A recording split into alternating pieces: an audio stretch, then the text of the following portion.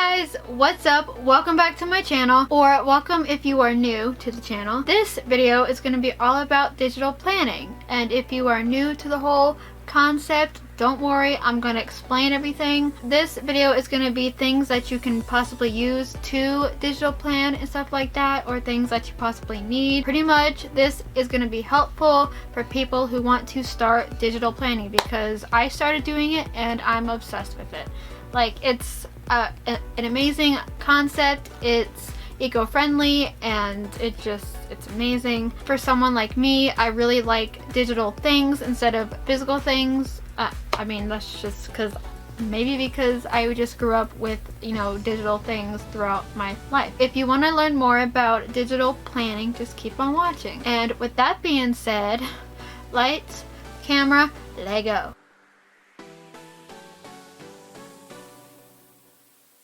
So if you don't know what digital planning is, pretty much it's like planning with an actual physical paper planner, but digital. And a lot of people do that on their iPads or their iPhones or whatever you may use. But of course I use my trusty old iPad to do that, and it's pretty cool. And as you see here, here's a planner that I have made, and see how it looks like a paper planner, and then you can just like swipe through.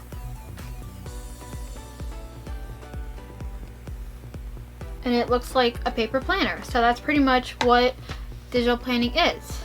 And that's really like the main point of it. But also people do make planner inserts, which are like inserts like a page that is about a like certain thing, and people make them, sell them, use them. And let me show you guys an example of that, because that would be really helpful. So here's one that I like made that I use on its own, which you can. It's just this like daily planner, and this is one that I have made myself. People sell these a lot on Etsy, which I do have an Etsy shop myself. So if you want to check it out, that would be lovely. I actually have two shops, but the one is all about digital planning stuff. The link will be down below if you want to go and check it out, because that would be awesome. But yeah, so that's pretty much all the basics, at least of the digital planning that I'm going to be talking about. So more about this whole digital planning universe is, well, how do people make these like planners? A little bit more detail is that these digital planners are pretty much a slideshow that is made into an interactive PDF. And I will do a part 2 to this video, so stay tuned for that goodness. So the planner inserts that themselves are one page, and people can pick which size that they want to make it into, and they mainly do it like a JPEG file, which is a picture file.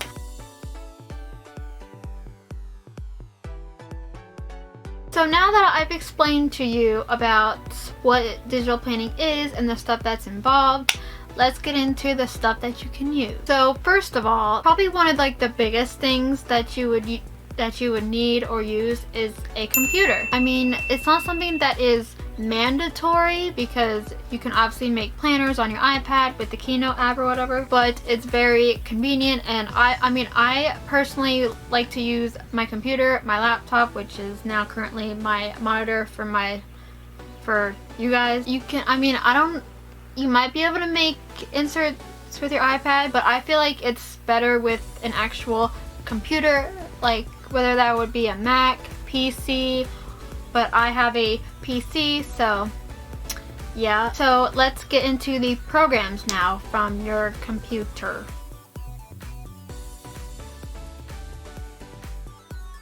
I have some suggestions on apps and programs that you can use. You don't have to use, but at least in these categories, that would be great to use. So to make the planners, you know, that I showed you before, it's pretty much, so how I said before, like basically what I said before is that it's a slideshow with linkable tabs, or how you want to set it up. So pretty much that would be some type of slideshow maker. So I personally use Microsoft Office PowerPoint, but how I learned how people make them is with Keynote. If you have a Mac, I think they also have Office for Macs, but the one that people use for a Mac is Keynote. And then one that I heard, I think Jessica Sansbury said that she uses or used for her planners, is Adobe InDesign, and I will link all the stuff that I talk about below. No, I will not get any money from it, but if you want to check them out, then feel free to. And then to make the inserts. So one of the programs that I used before is Microsoft Office Publisher. I don't know if it's well-known software, but of course it's in the Office suite. I think that's what it's called, the suite. It's got a bunch of like templates. You can also make your own template, like your own page size. So they have templates for flyers, they have them for calendars, they have them for banners, a lot of things. It doesn't have a lot of like creative tools, but it works. I mean, there's shapes that you can use and stuff, so it definitely works. But one that I use now, or am starting to kind of use, I mean I do use it a lot, is GIMP.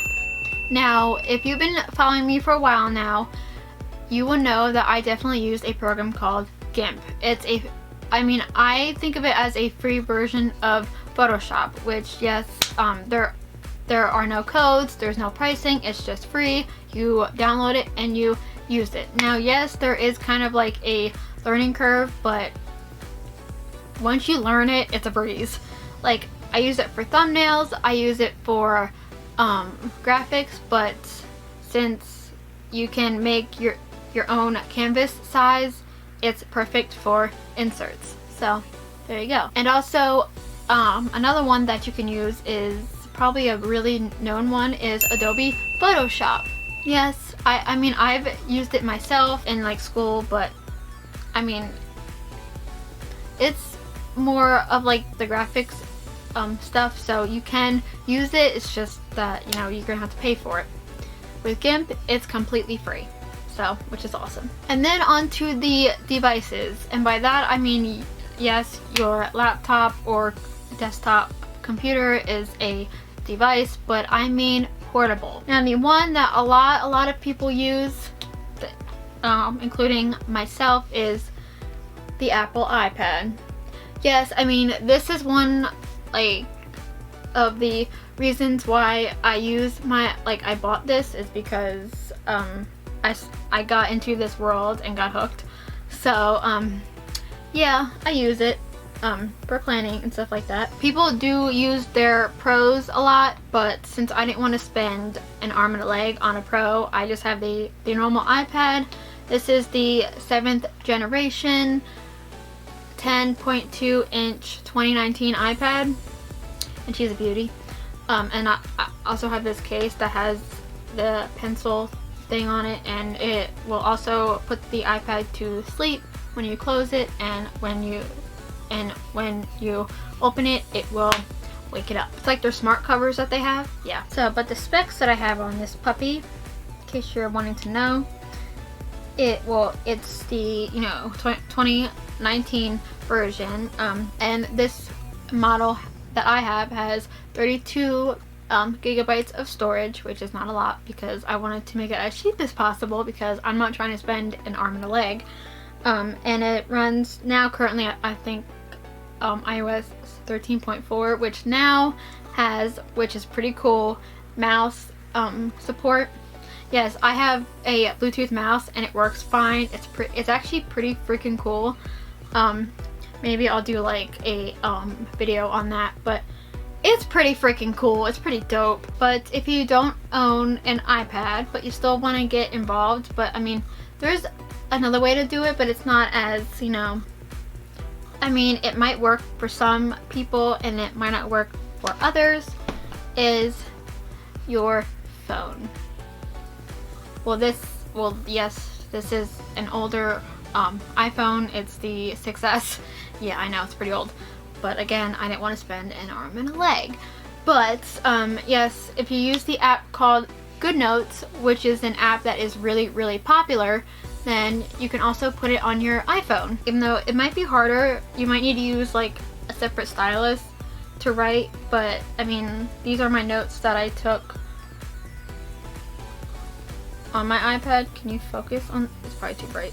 These are the notes that I took for this video and I can view it on my phone. So that's what I've been looking at to see my notes. So to go along with your lovely iPad, you would need something to write on it if you want that full digital planning experience. And that little thing that you would want to get is the Apple Pencil. This thing is pretty freaking neat. I do have a cover on it, as you see here. You don't need the cover, but I like it anyway, so I have a black one on, and it matches my case to my iPad. But this is the first generation pencil. If you have the iPad that has a home button, you will need this version. But if you have the iPad that doesn't have the home button, which is the Pro, but it don't have a home button, then you would use the second generation pencil. But yeah, so this is one thing that you should buy if you want to digital plan and get the full experience on. So I guess that will be it for part 1 of this video, I guess, as you would call it. If you liked the video, hit the thumbs up button to show that you like it, or hit the thumbs down, that's up to you if you like it or not. But if you like my content, then hit the subscribe button so that you can join this wonderful family that still needs a name. So also comment what my family name should be, because I want a family name. So comment below. So yeah, I hope you guys enjoyed this video, and I will talk to you guys in the next one. Bye!